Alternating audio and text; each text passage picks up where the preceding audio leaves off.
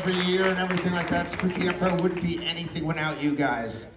I want to get this Q&A going, and I'm going to do it this time. So this is my first time, so be patient with me. So everybody, stand on up, everybody. Let's give a loud applause to the one and only Alice Cooper.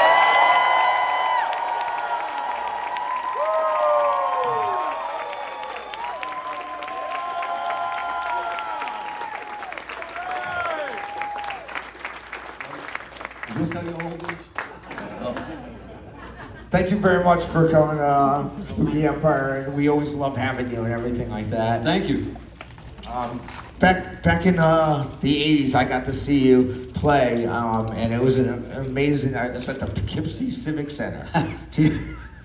We play anywhere they pay us, you know. When we were kids, you know, you're a high school band, you'd play any place you can play. That was it for 4 hours a night, doing covers, and that's how your band gets good. Yeah, you know, definitely. I mean, it's, Beatles did that, Stones did that, everybody did that. Yeah. Yeah. So the one thing I always wanted to know is, like, in the 80s, you know, like Ozzy Osbourne got a perm and dyed his hair blonde, and then Gene Simmons would wear a pink blouse. Why didn't you go that way? How dare they? I used to go on stage in early 70s, and I think this is how we got our reputation, the whole band. We were more Clockwork Orange than Clockwork Orange. I'd have leather pants on, and I'd have my girlfriend's slip, but it was all torn with blood all over it. And that's how the show started, you know. So the audience would go, what happened? You know, and there's the guys in the band had hair down to here, makeup on, but it wasn't elegant makeup, it was smeared, you know. So it was just like everything about us was an insult. and that's what I think started the whole theatricality of the Alice Cooper thing. Then we took it a step further and said, why don't we make the lyrics come to life? If you say "Welcome to my nightmare," don't just say it, give them the nightmare. You know, and that's where theatrics were born, right there. You had like a lot of interested friends back in the day, and how did they feel about being with Alice Cooper? Like, you know, John Lennon and all these big, you know. Oh, they got it. They got it. They got it. Yeah. And, like, they were like, "Oh, Alice Cooper's my friend too." You know, like, yeah. You were invited to their little cliques. Well, those guys are the guys that actually saw what we were doing. Yeah. You know, they could see that you can't be a theatrical band if you don't have the songs. Yeah. You have to be a band first. You have to actually be. We would rehearse 8 hours a day, 7 hours on the music, and 1 hour on the theatrics. Because the music, if you weren't as good as Led Zeppelin, you better not be up there. Yeah. You know, you better be able to play like those guys, and that was the difference between, I think, then and now. A lot of bands now are very manufactured, whereas these bands were very organic. I mean, they started in the blues and Chuck Berry, and you know, we learned every Beatles song, every Rolling Stones song, every Yardbird song, and that's how we learned how to play. And then we started writing our own music. You know, that's a basis there that you have to go through. But like Jimi Hendrix hooked you up, right? Didn't Yeah. he hook you up with your manager, which is an incredible person, Shep? He's just what he's done for like the industry, like the Cooks and everything like that. It's just amazing. Well, he hooked you up though. I've been with Shep 55 years. Yeah. And we don't have a contract. We never did.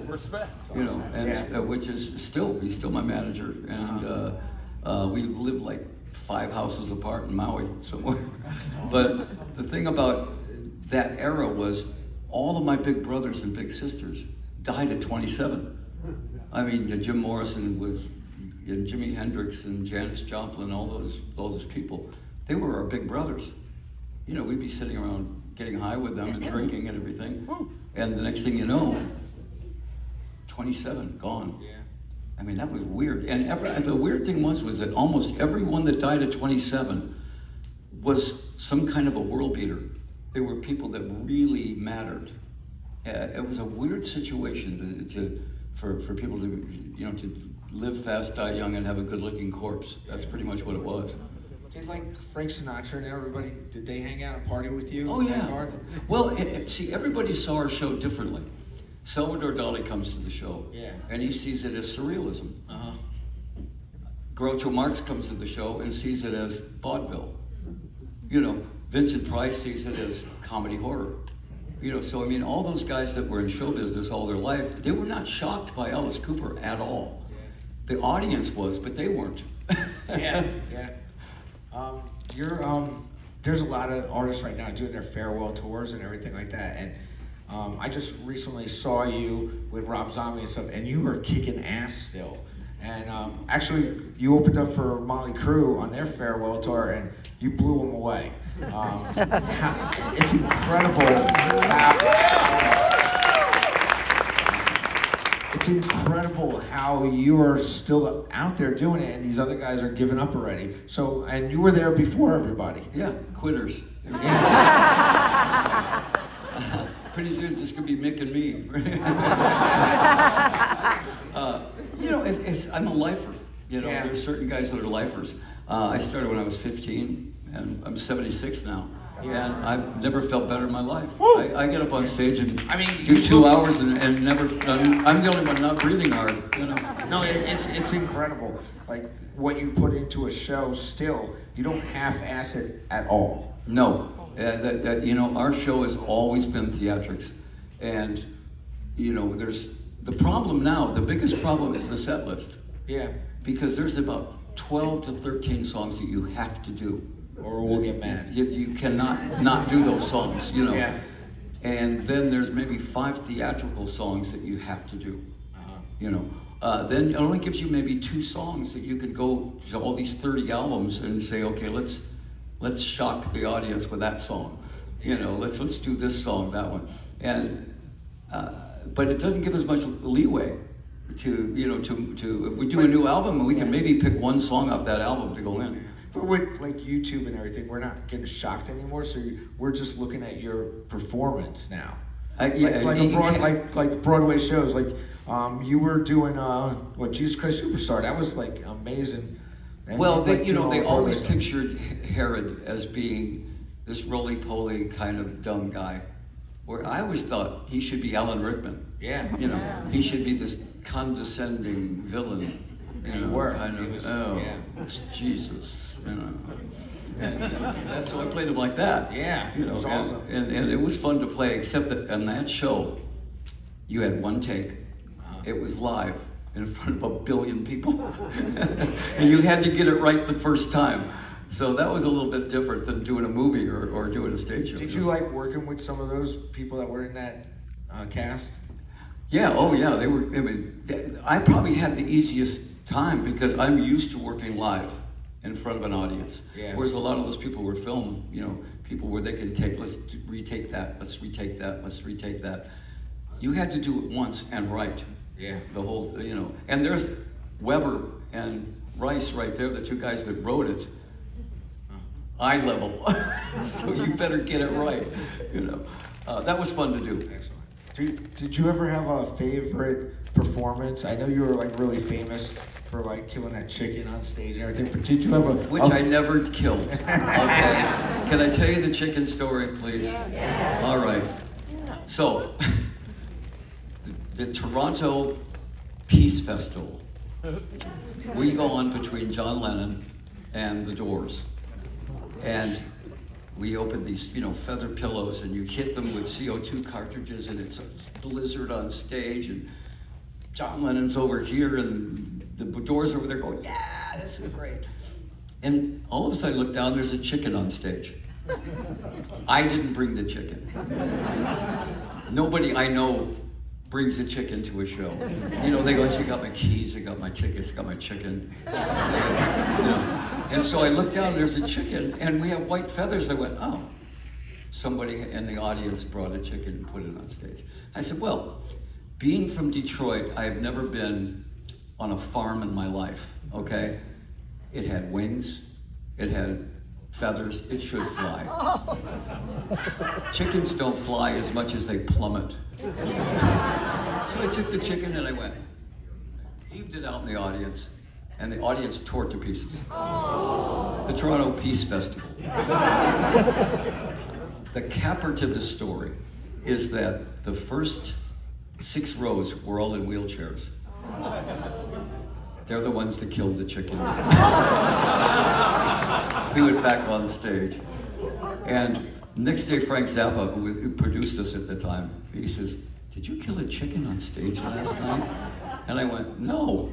And he goes, "Well, don't tell anybody, they love it." So that's when I realized the audience was looking for a villain. There were all these rock heroes and no villains. There were all these Peter Pans and no Captain Hook. And I went, I will gladly be Captain Hook. And you know, that's where it was really born. That's where the idea of a rock villain that was funny and could deliver the music, but at the same time scare you, you know. Do you, since you were like the first villain in rock and roll, do you, like, people that are doing it now, how do you feel about that now? I mean, well, they're all friends, you know. I get that they're all friends, but in the back of your mind, you're like, man, like, that's my gig. That never bothered me. You know, everybody wanted there to be, when Bowie came out, Bowie used to come to our shows and see the theatrics. And he would say, he'd tell his band, this is what we have to do. And then he became, you know, Space Oddity and all the things. But there was never I never saw him as a threat to me. He was doing something totally different. So I like that. I like the fact that we had opened the doors to the fact that you could be a theatrical band and make hit records. That was something that never happened before. And, you know, then Kiss, I mean, we told Kiss where to buy their makeup. You know, but they were no shock to us. We knew them, you know. And I told them, I said, don't do our makeup. If you do our makeup, they're going to kill you. So they went with the kabuki makeup. And they were very smart. They did it totally different than we did it, you know. You know, it's also interesting how you're Alice on stage, but then you have another persona outside of on stage. But like Marilyn Manson and like Rob Zombie, they're always Marilyn Manson or Rob Zombie.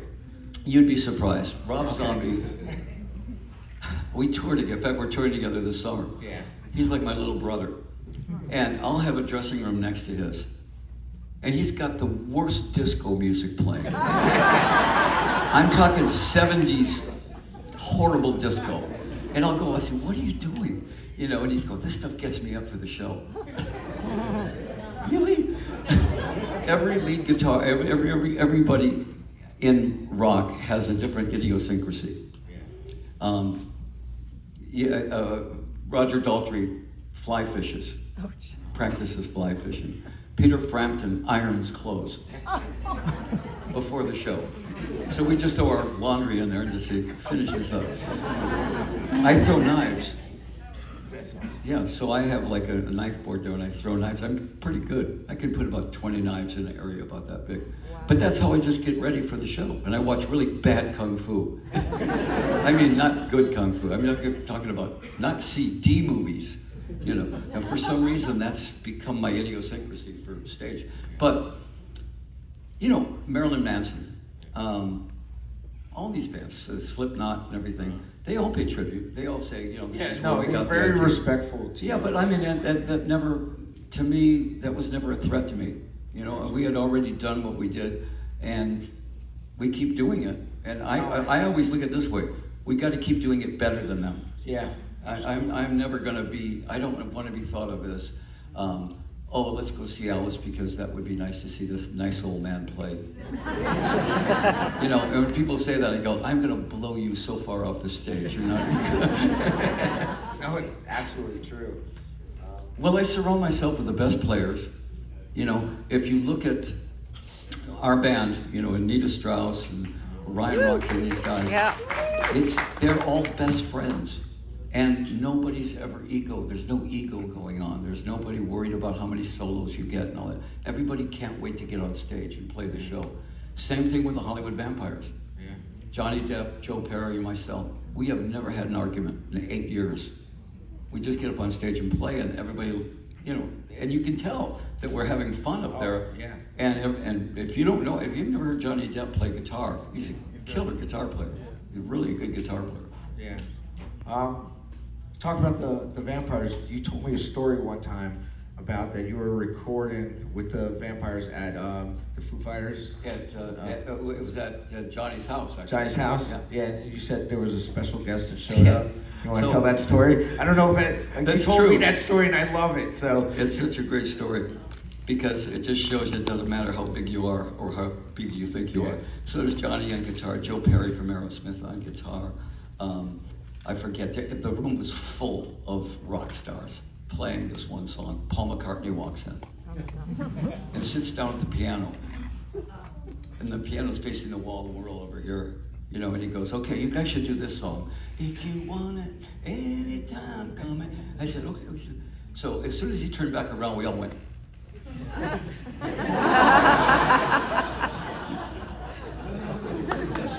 We all did. As soon as he turned around, we were all, okay. Do that, you know.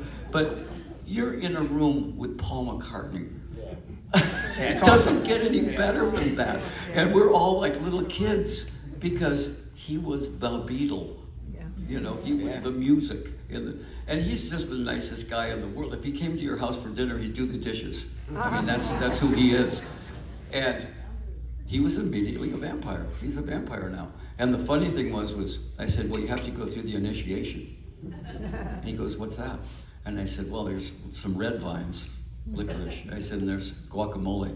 You have to dip it in there. And he said, okay. And he goes and he does it. And he says, when did you guys do that? Well, we never did that. Crazy? You think we're nuts? There's rumor that you introduced Brian Wilson to John Lennon. Oh, yeah.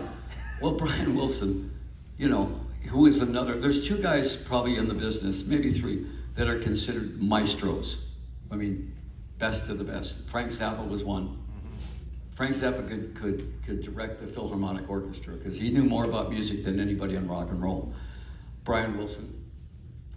And we're sitting after the Grammys one night, and it's Iggy, myself, John, you know, everybody sitting there. And I hear, psst, Alice. And I look around, and it's Brian Wilson. I went, hey, Brian. And he says, come here. I go over, and he says, introduce me to John Lennon. I went, I know these guys have met before. I mean, you know, they've talked about, the Beatles talked about how they wouldn't have done Sgt. Pepper had they not heard Pet Sounds. So I went, okay. You know, John, this is Brian Wilson. And John looks at me and he goes, oh, hello, Brian, how are you? Good to see you. He says, you know, I've been a big fan all your life. Oh, thank you. No, he leaves. About half an hour later, psst, Bernie. And Bernie Taupin was sitting there. Introduce me to John Lennon. Bernie looks at me, I went, you know, he says, John, he said, this is Bernie, this is Brian Wilson. And John goes, oh, hello, Brian. And as soon as he leaves, he looks at me, he says, he's not well, you know. But yeah, I mean, it was very weird, you know. But Brian Wilson, again, you listen to what he's done. He's Beethoven, you know. Yeah. He's so brilliant that I think he hears so much stuff in his head that it's almost maddening, you know.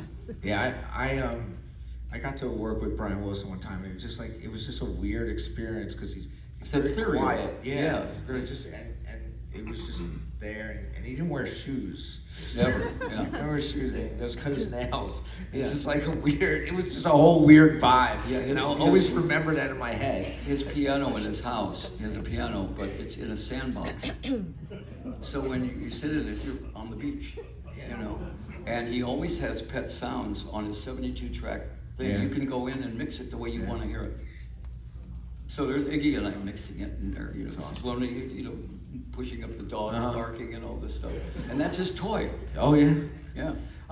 Did you ever, write music with, some of your friends like that? Like, you're a very good songwriter and everything like that. And have you ever just, for fun, just sit down and write songs? When I got out of the hospital, I stopped drinking 41 years ago. Yeah. And I came out of the hospital, and Bernie Taupin was my best friend. So, him being a lyricist, me being a lyricist, I said, wait until I tell you about some of the people I met. And I said, I want to do an album called From the Inside. And it's about all these characters. So Bernie and I wrote this whole album that was really, really interesting, really good. Maybe the most musical album. David Foster produced it. Yeah. You know, and it had everybody on it, but that every single song was about somebody I had met in there. And of course, we exaggerated them, you know, and everything. But Bernie and I would, you know, it would be, he would write a line, and then I would write a line. And so we would try to trap each other, you know. And he wrote a line that ended in the word orange. And he says, there's no rhyme for orange. I said, really? Because I had a door hinge that was orange. So I left him with month. There's no rhyme for month. I don't care, think about it. There's no rhyme for month. Is it difficult to write songs with other people, or do you just like doing it on your own? No, it's fun. It's actually fun. Yeah. Because you know you're pretty much on the same wavelength as they are. Here's the name of the song. It's called Millie and Billy. Millie chopped up her husband and put him in a thing and sent him somewhere so she could be with Billy. I said, oh, well, that writes itself. You know? You start with the chorus and then you start reinforcing until you get to the chorus. You know, how did this all happen? And you know, she's talking about, you know, chopped up in cellophane. Guess love makes you do funny things. Yeah. That was the punchline for the whole song. That's great. Hey, if you guys want to ask some questions out there, anybody want to ask some questions? And no math, okay? Please no math. Yeah, come on up here. Right there. You ready? Hello, Alice. My name's Rihanna, and I have a really good question for if you had to be a movie character and replace their lives, which movie would you take and which movie character would you become instead of this life you have now? I certainly probably wouldn't be a hero. But I wouldn't mind, you know, maybe a sympathetic Jack the Ripper. Nobody's ever looked at the soft side of Jack the Ripper. You know? Yeah, I think I'd play Jack the Ripper pretty well. Yeah. Thank you very much, Jack. Thank you.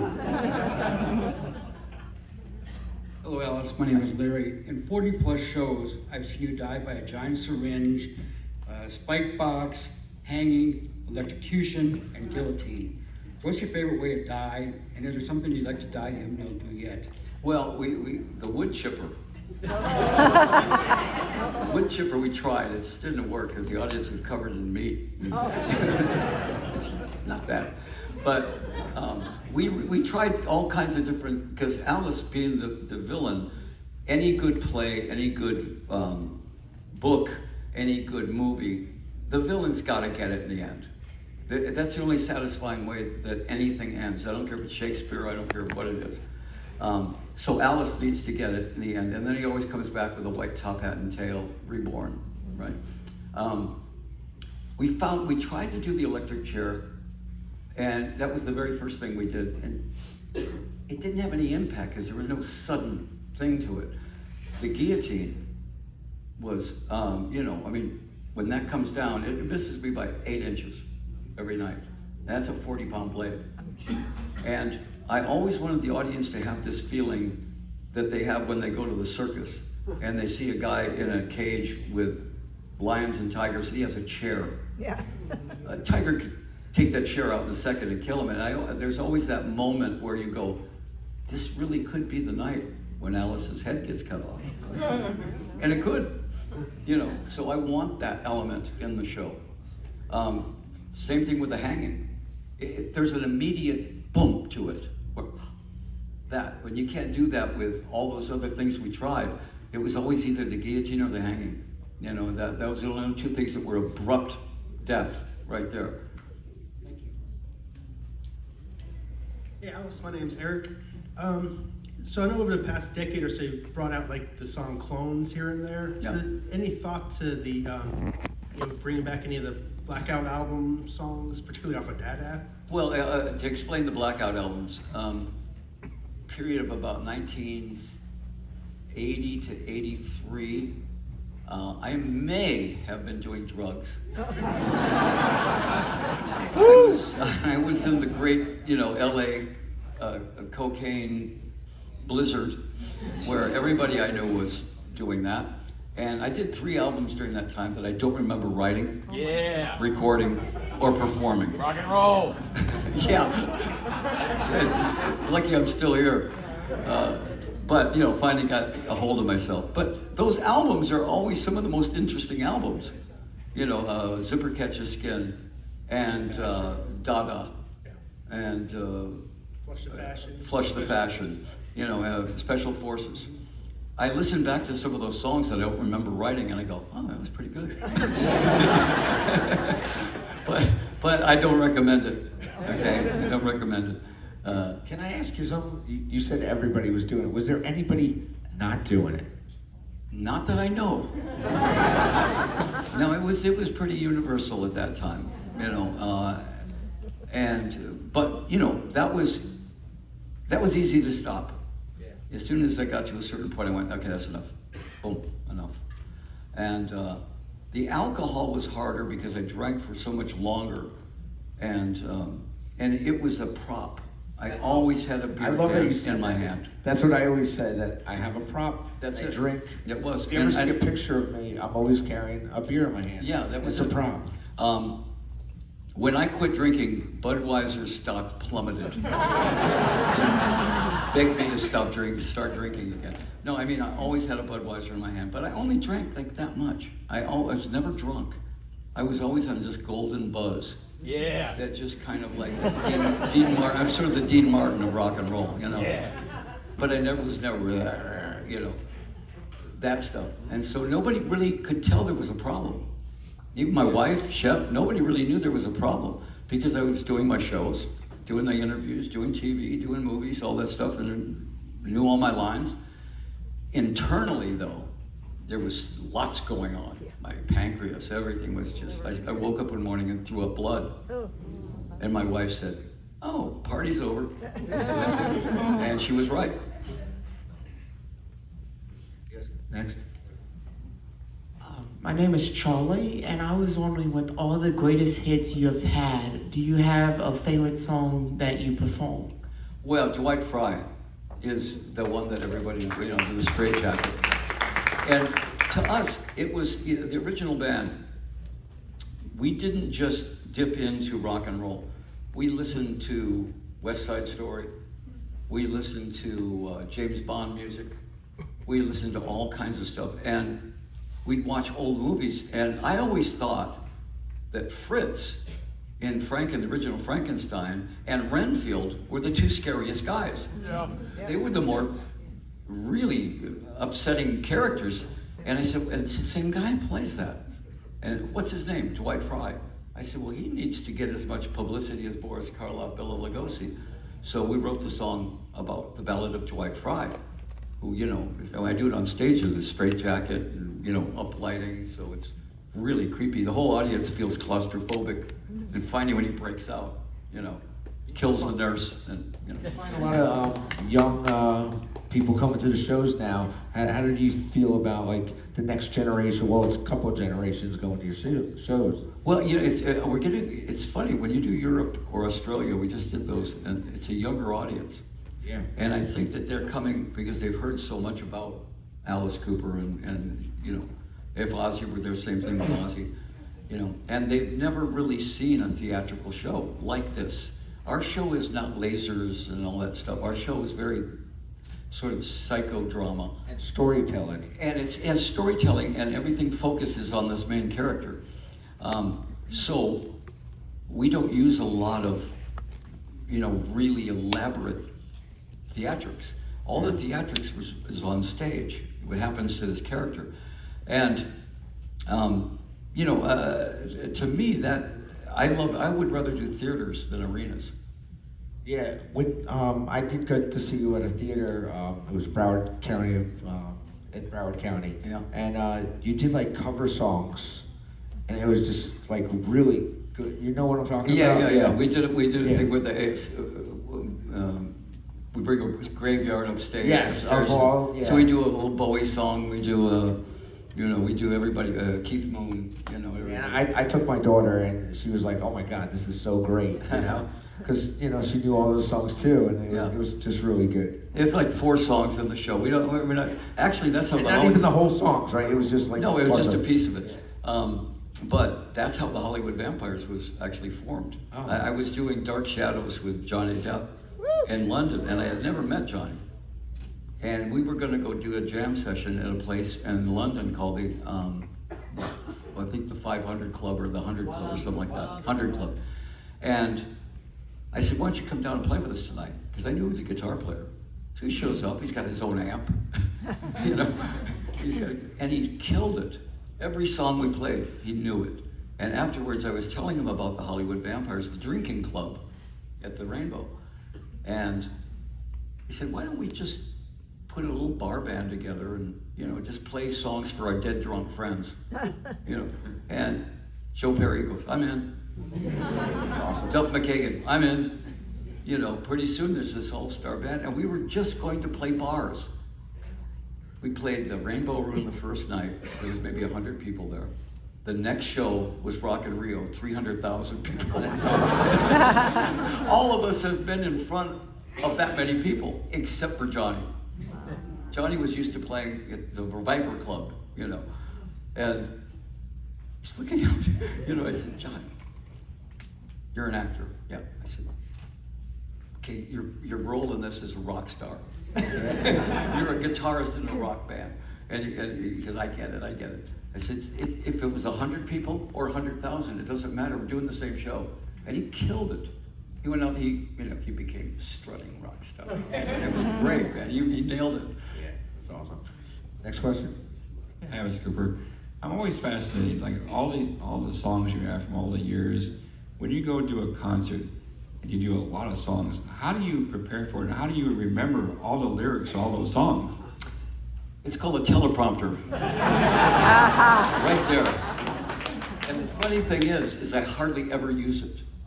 But it's a security because, you know, you're doing 25 songs and there are a lot of lyrics. I mean, I wrote the lyrics, so I should know them, but you'd be surprised. I remember on on April Fool's Day at the Forum in Los Angeles, School's Out start, and I go, and I couldn't remember the first line because I was a million miles away, and I find like that, and the audience was singing. Oh yeah, that's right.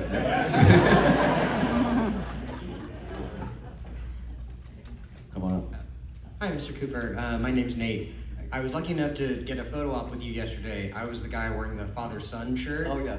I was curious if you had any stories about making the Sgt. Pepper movie. I've never seen you talk One about of the finest movies of all time. Truly a masterpiece.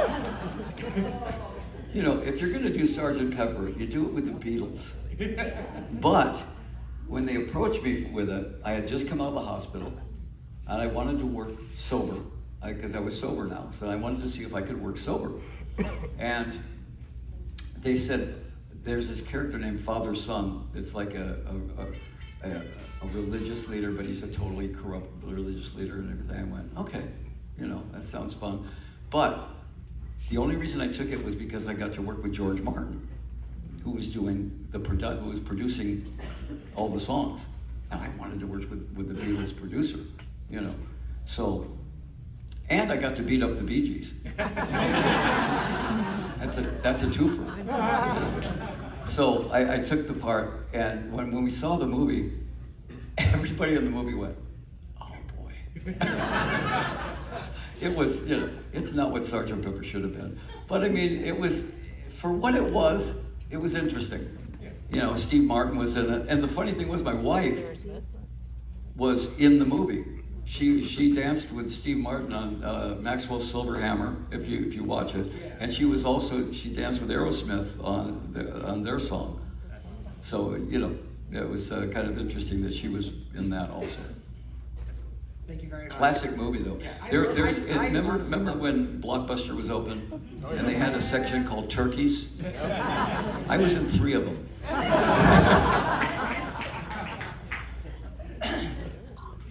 Hi, Alison, Chris. Hi.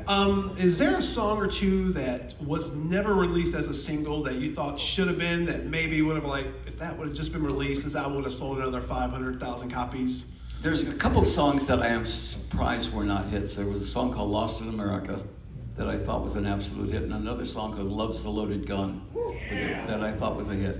And sometimes, the only song I ever knew for sure was a hit was School's Out.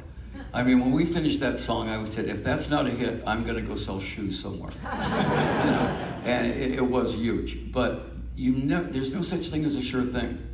You know, there's been some record I heard. You know, when I heard "Love's a Loaded Gun," I said, "Oh, it's going to go straight up the charts." Nothing.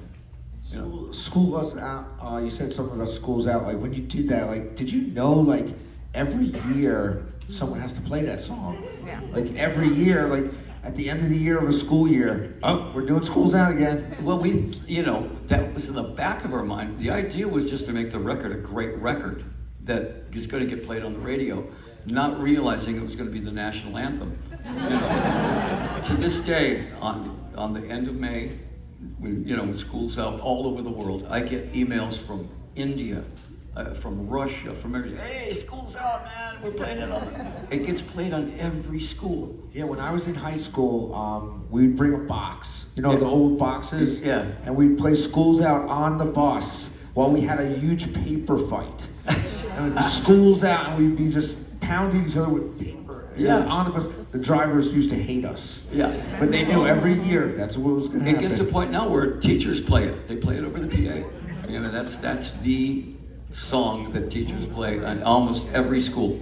Yeah, awesome. We got one more question, so make it a good one. All right, this one's going to be a little bit unusual. Okay. Years ago, you were on The Muppet Show. Yes. How much creative input did you have as far as your characters and how everything went? Because I know it's fantastic working with Jim Henson, and I just love to hear something about that. You know, at the time, it was the biggest show in the world. I watched it. I never missed it. And I get the call, hey, they want you to be on The Muppet Show. And this was at the top of when I was just absolutely hated by everybody, you know. And I went, I spent all this time building this horror image. I really want to do the show. And I said, who's been on it lately? And they said, Christopher Lee, Vincent Price. I'm in.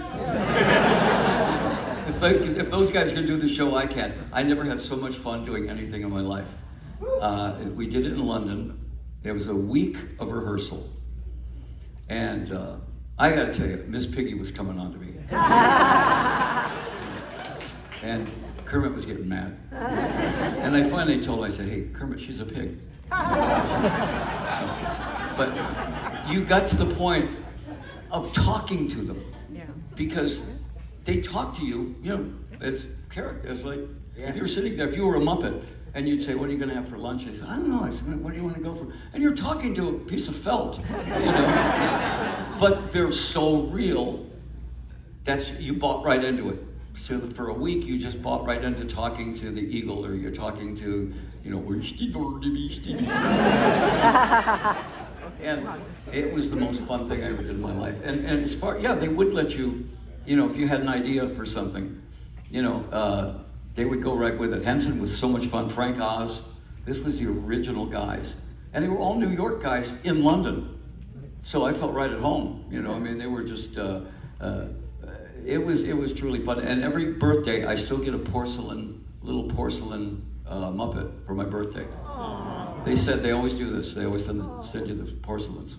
That's awesome. Hey guys, we want to thank Alice Cooper for doing this, and also coming down. Spooky Empire. Thank you so much. He was awesome. Hey guys, we want to take a picture. Can we all come close and we're all going to get a group picture together? Look that way. Where's our photographer right there?